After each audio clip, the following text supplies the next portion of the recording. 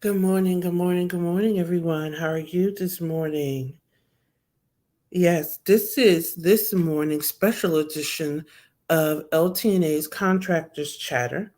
I'm your host, Luciana Turner, and I'm bringing you day 2 of 30 days of government compliance. Now, yesterday I was talking about or discussing that everything in government contracting is subject to audit. And that is what inspired my decision to do 30 days of contracting compliance. So today, I'm going to delve into the conversation of what is compliance. So here we go.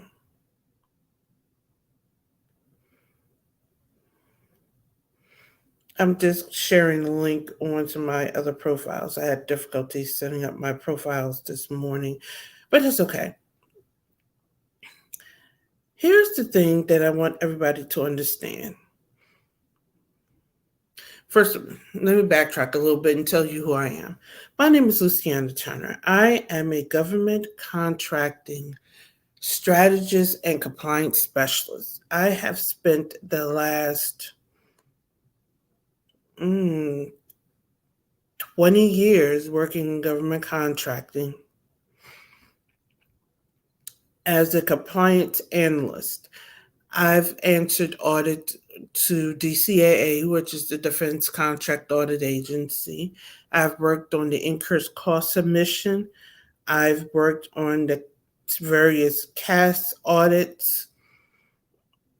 I've worked on labor audits. So and Chatter was born because every conversation around government contracting I've heard has been rather incomplete. It only focused on one area or another. It didn't focus on the entire conversation, which is everything within contracting is subject to audit. Anything that is applied to or submitted to the government at some point of time, will be audited by the government. But that is a conversation we don't hear about. And when we do hear about it, it is so light and fluffy and airy, it almost wasn't worth having a conversation. So Chatter was born. So Contractors Chatter is that in-depth conversation around legislation, regulation. We really deep dive into all of those topics that are currently being held, and then we add in the topics that aren't being discussed in government contracting. So, with that said, I'm going to jump into the definition of compliance.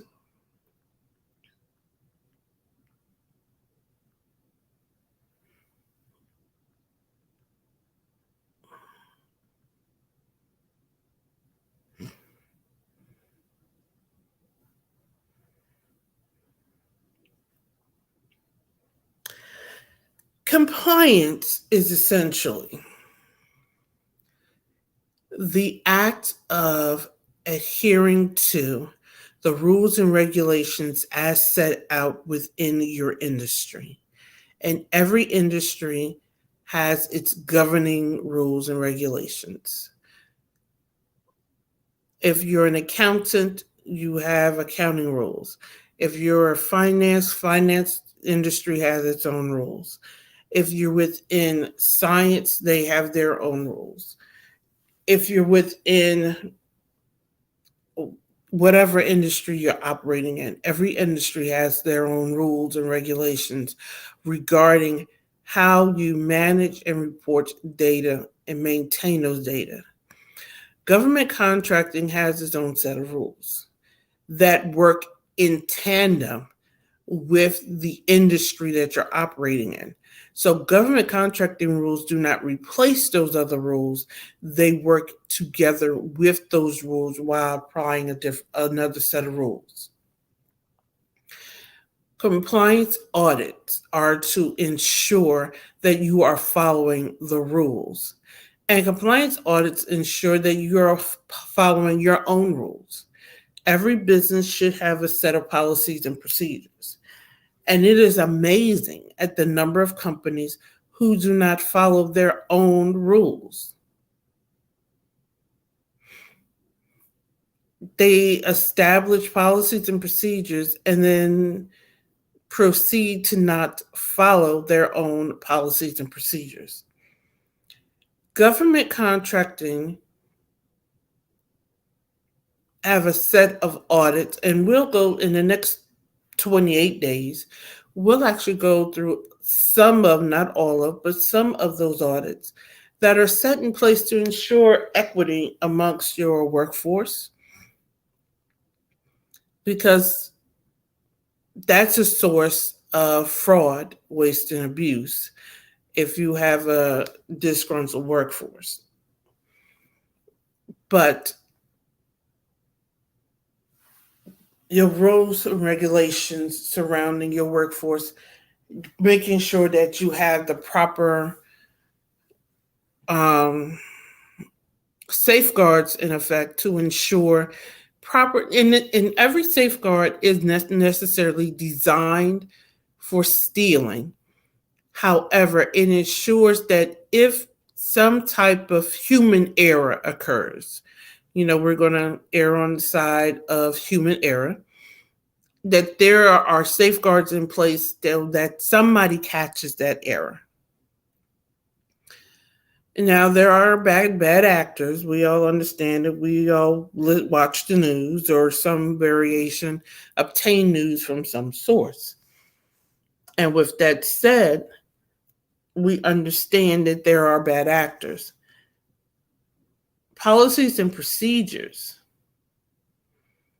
that are in place, that are properly utilized and monitored, will allow for the discovery of those bad actors before damage is done. And that's basically part of the compliance aspect. The audit side of compliance allows us to take these policies and procedures, these rules and regulations, and walk through your systems. And we're going to outline your systems within the next 28 days. But it allows us to walk through your systems and test your system to ensure that you are adhering to your own policies and procedures. But we can test your systems to ensure that you're doing what you're saying you're doing, because your transactions should follow your policies to the letter. Your transactions should follow the rules and regulations within your industry. Your transactions should follow the terms of your contracts. And it's actually amazing. Well, I'm a little bit of a nerd when it comes to that, so excuse me if you don't find it amazing, but I find it amazing. But it's amazing how you can actually go into someone's accounting and finance system and determine if they're following their own rules and regulations. It's amazing how you can go into somebody's accounting system and see how their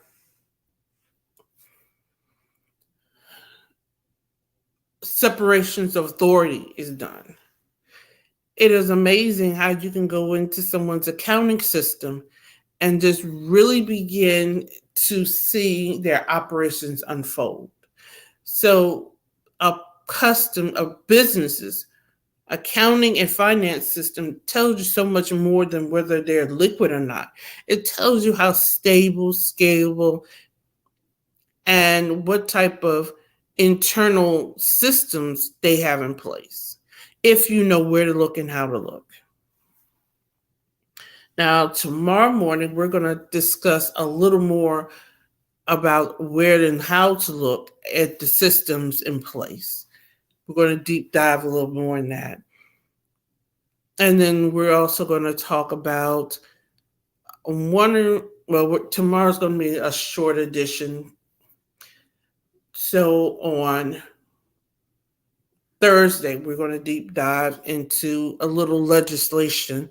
Thursday and Friday, we're going to deep dive into legislation because Friday had already promised that I would talk about the legislative history of certifications. But I'm also deep dive into how you show that you are compliant with those certification requirements. So I'm going to wrap up this morning with that definition of compliance.